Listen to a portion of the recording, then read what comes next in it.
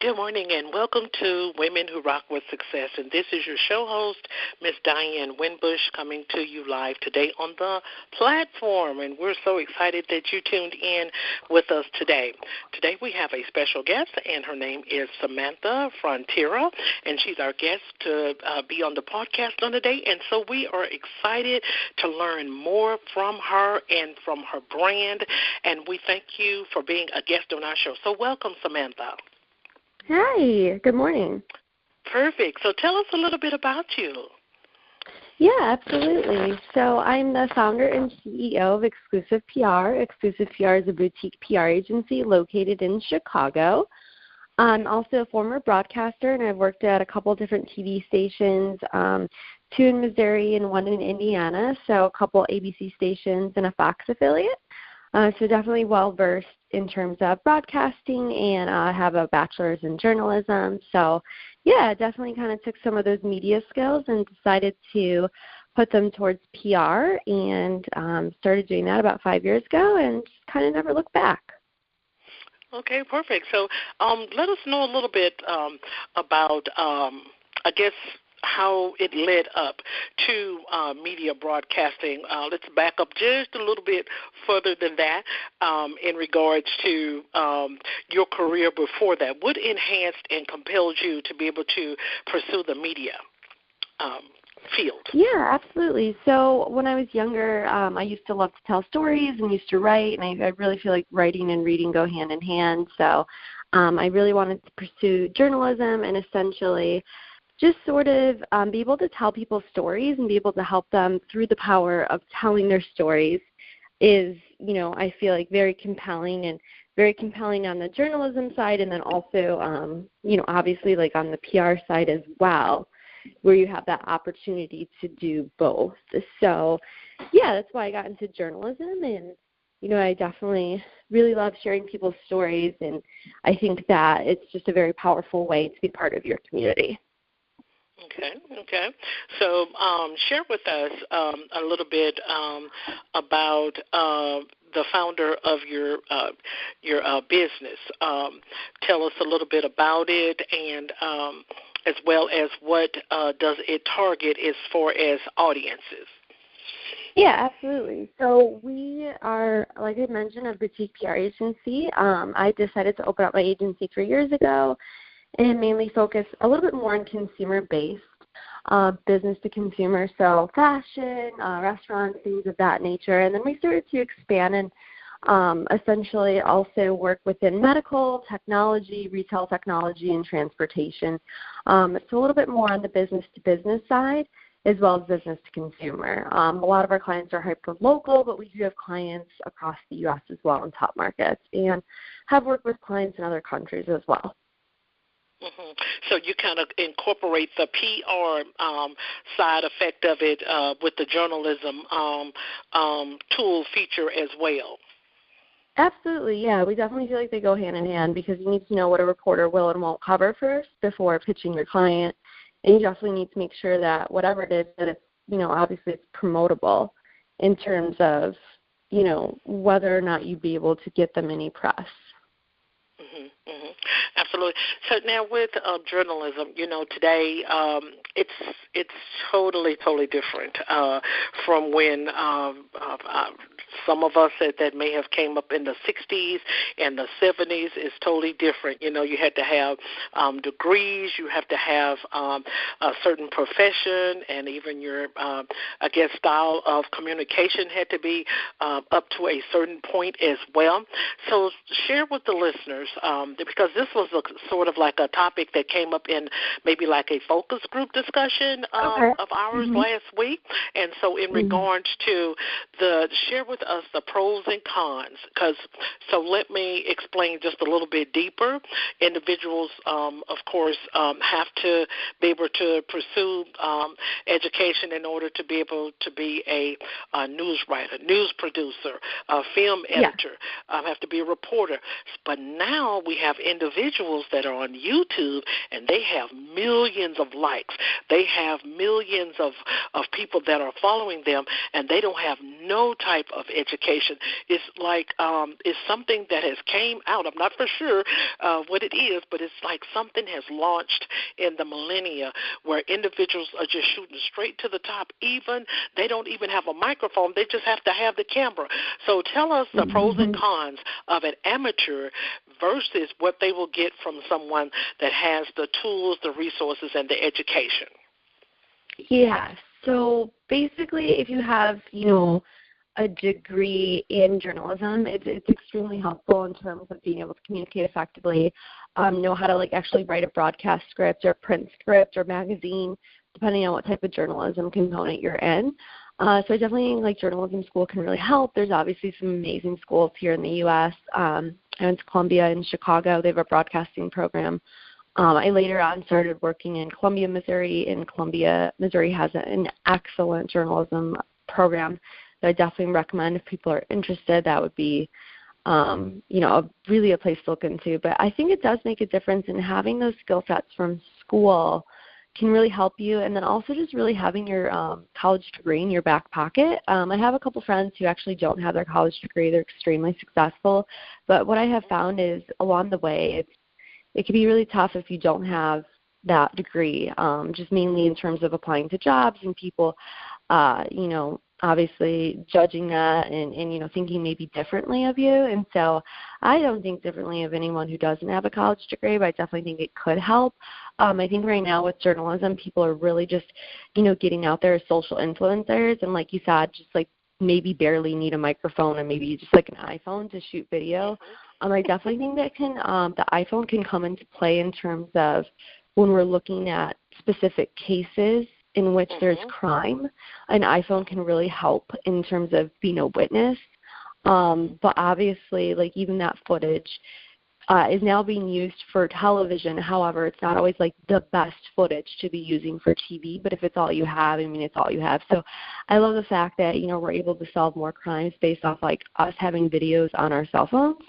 But I definitely think anyone who is a journalist or has been a journalist or went to journalism school and has knowledge understands and knows that you learn when you're in TV broadcasting, always put it on a tripod, never use shaky video unless you really have to, make sure it's from a good source. So I think you definitely just learn all of those things and learn how to tell a story rather than, this is what's trending, this is what's new, and not maybe giving all those facts and really double checking your facts too is really big in journalism. So I'm not really sure if millennials are reporting the facts or how they're shooting up to the stardom that they are, but I definitely think it has a lot to do with social media, and I think social media can be really helpful, and I think it can also be very damaging. So it just really depends on how you look at it.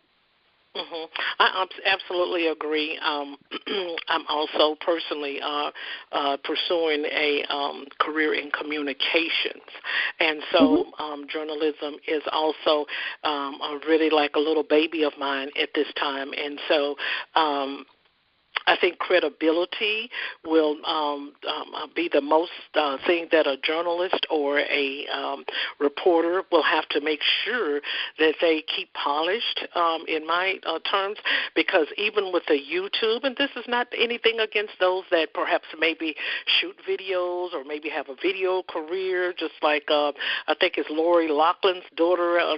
She has several followers and has not had a communications career, but I'm thinking for the long term of it that the credibility is going to be very, very crucial and important for a reporter and a journalist.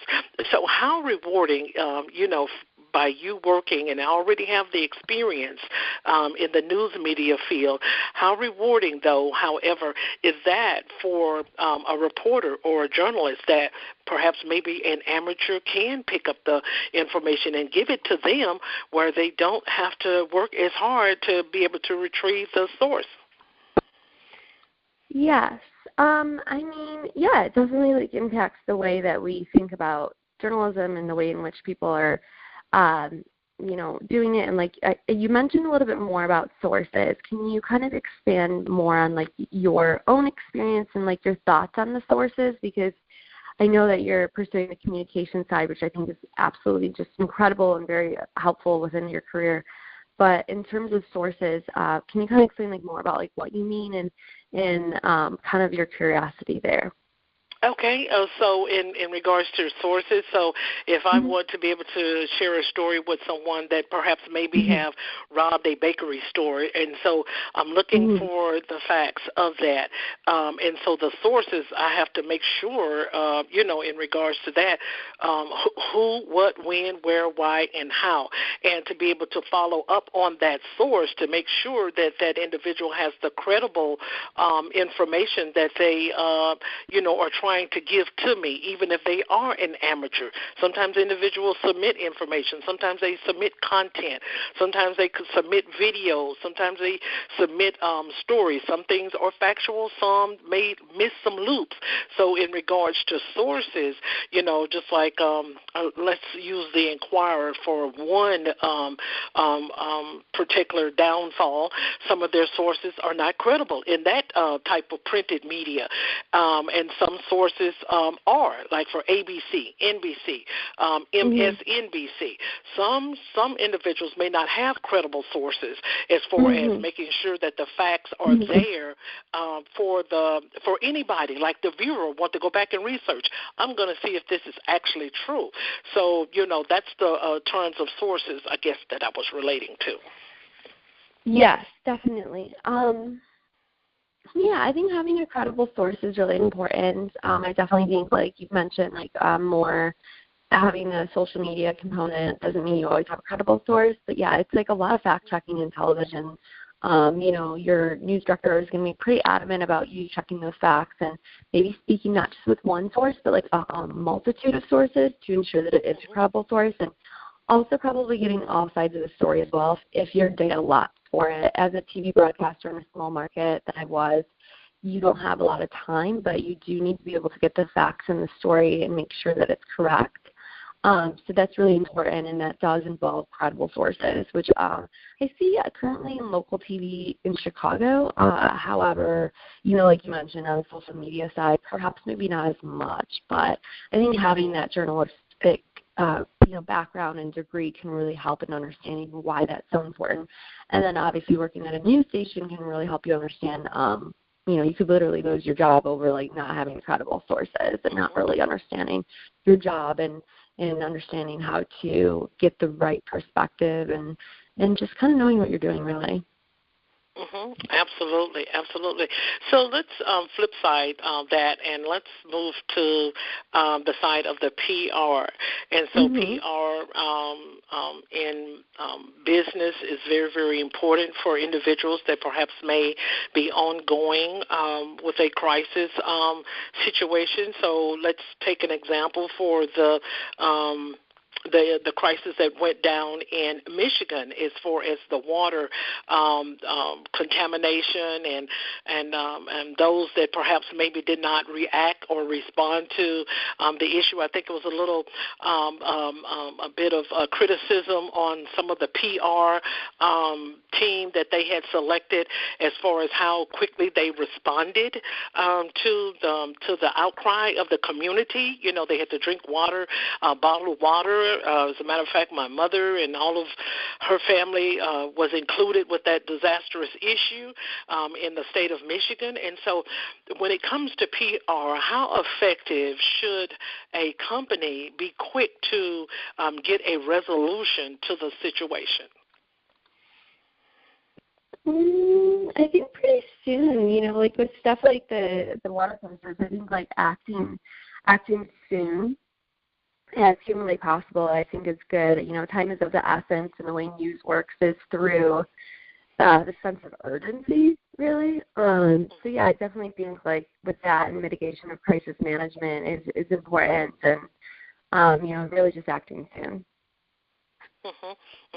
So with your firm that you offer for your clients, And PR has so many facets. It has so many facets. I think I was doing a research on it, I think last year, and PR can be able to open up many doors, but it's a different target for whatever firm that was out there. And you may have already have shared it, so could we kind of go over that just a little bit more of what target niche that you target for your PR firm?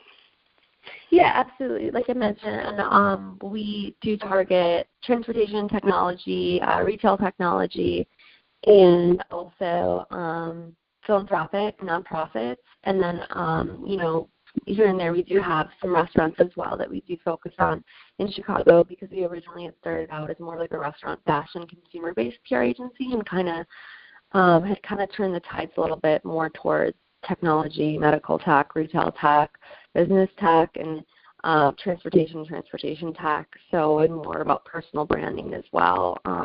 We do like a lot of personal branding in terms of really making sure that the client is promoted properly, and that people understand like who the client is and why they're associated with a specific company, and like how that kind of comes into play. So I definitely feel like there's a lot of opportunity for growth, like in terms of growing your client's brand and really explaining more about who they are, why someone should care. That's a huge thing, and what they're doing within their community and with their company. Mm-hmm.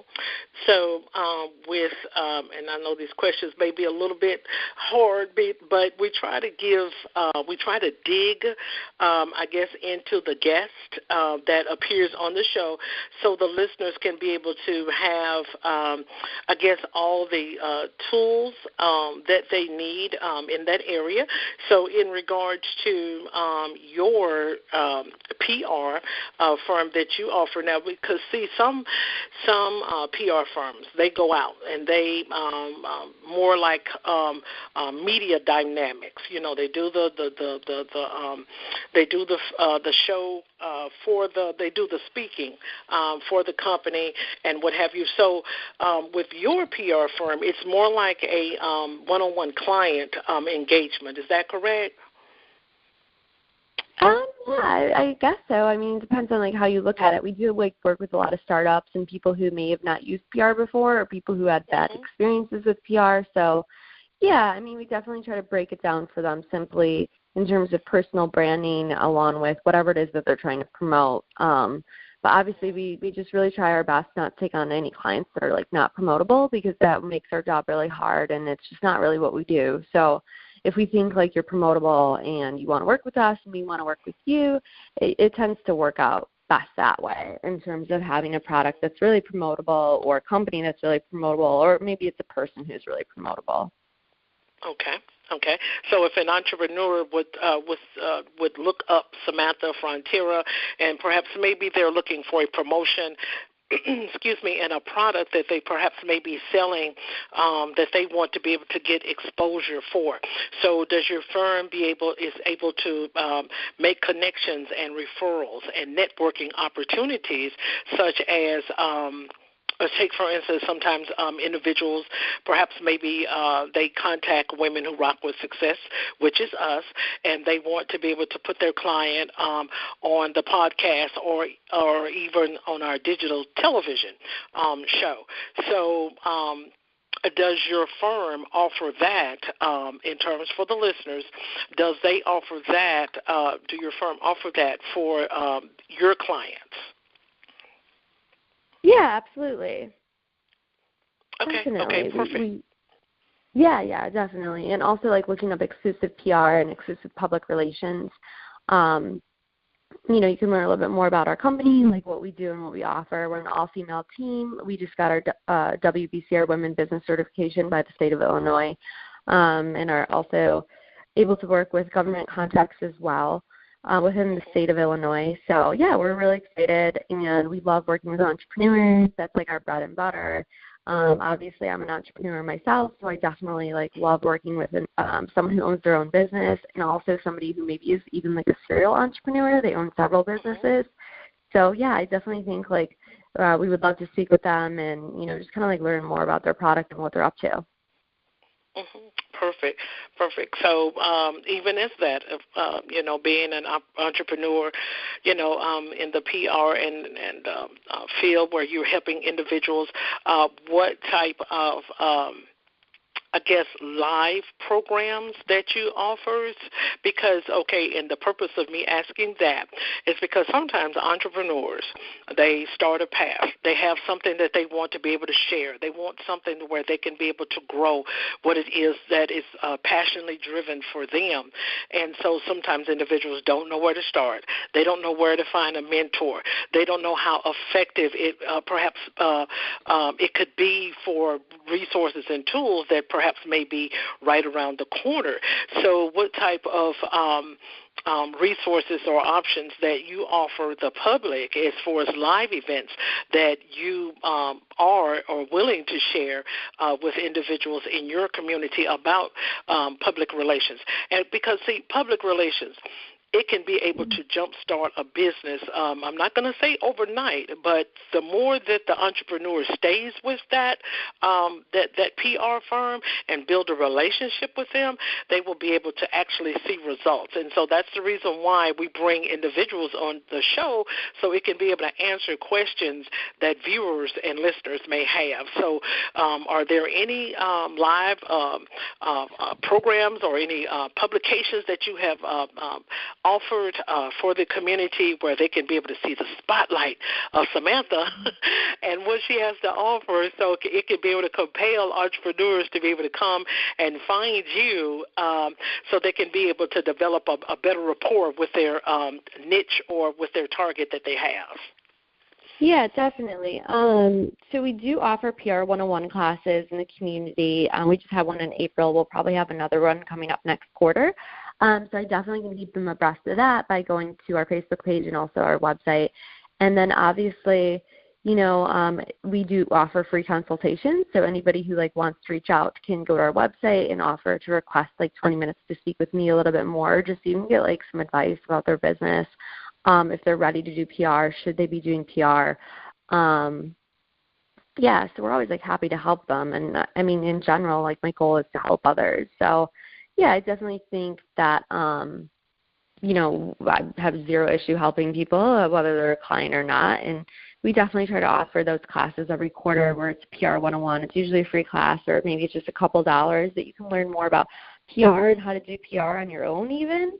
So that could be really cool. And yeah, so that's kind of essentially what we do and how we get back to the community. Awesome. That is so awesome because, as I stated before, sometimes some entrepreneurs are not aware of where to start. So, we don't have a mentor, we don't have this, and we don't have that. And so what we do here at Women Who Rock with Success, the purpose of the podcast is to be able to answer questions that our followers have, to be able to answer and provide resources with experts such as yourself in certain fields, so the entrepreneurs can be able to jumpstart the path or be able to connect with the entrepreneur that is on the podcast, so they can be able to get their business off the ground like it should, because you can't be able to work by yourself. You have to be able to have something or somebody to be able to help you along the way. So I think that's very, very awesome that you offer those. So with that being said, what would you like to leave? What's your takeaway? What would you like for the listeners to take away with them today from your PR standpoint? And you can list 3 options at this time. Mm-hmm. Yeah, I definitely just want them to know that, PR is really just a great tool and form of marketing in terms of helping your brand and things of that nature. So, and again, I want them to know we also offer free consultations, and we're always happy to speak to them about their business and essentially, be able to help them kind of guide them, whether or not they do need a publicist or not. Because that's a really important fact to know, is whether or not you actually need a publicist, or if you're at that point, or what are some things you could do for free on your own to get the word out in terms of PR and within your community and within your demographic. So yeah, I definitely just want to leave them with that. And then obviously they can reach us at www.exclusive-pr.com. And also for a free consultation, you can call 847-703-0529. Perfect. And so you just answered my last question. So that was going to be the last question. But any other platforms that you would like to share, any publications that you have released or anything that that you're going to be releasing in the future as long-term goals for the listeners, you can share that at this time right now as far as Instagram or Facebook or Tumblr. If you have any other additional ways where the listeners can be able to connect with your brand, you can share that. Yeah, absolutely. So basically we just kind of want to let people know that they can, come to us for a free consultation. We can also provide them with a media training packet as well, complimentary. We also offer a lot of videos at Exclusive PR, so we definitely tie in full video scale production, and are going to be offering some new sources for video lovers very soon. We feel like video is extremely powerful this year, and it's going to continue to be very powerful. Also, if you're looking for a free resource, you could download, it's for free, Help a Reporter Out. It's called HARO. So they post several times a day, even just for regular business owners to be able to pitch essentially your business. So there's a lot of opportunities there. And I also very much encourage people to download Streak. Streak is a free platform that you can attach to your Gmail. And it allows you to be able to find out when people are opening your email and where they open it, and just like more data and information. And that's really helpful if you're pitching and you're pitching on your own in terms of a company. Wow. Lots of information, you all. You can't go away without taking anything from this CEO and founder and this entrepreneur that has shared so many tons of resources and information with us today on Women Who Rock with Success. Thank you so much, Samantha, for being our guest on today. And listeners, any upcoming guests or any upcoming events that Women Who Rock with Success will be hosting, whether it's a live community or whether it's a webinar or the podcast or the television. And also, don't forget on Roku TV that we have also downloaded some more fitness classes and programs from experts that can be able to help you to get your weight and your eating habits back into shape. So go to www.womenwhorockwithsuccess.com for all upcoming information and events. So thank you again, Samantha, for being our guest on the show. Yeah, absolutely. Thank you so much for having me. Have a good day. You as well.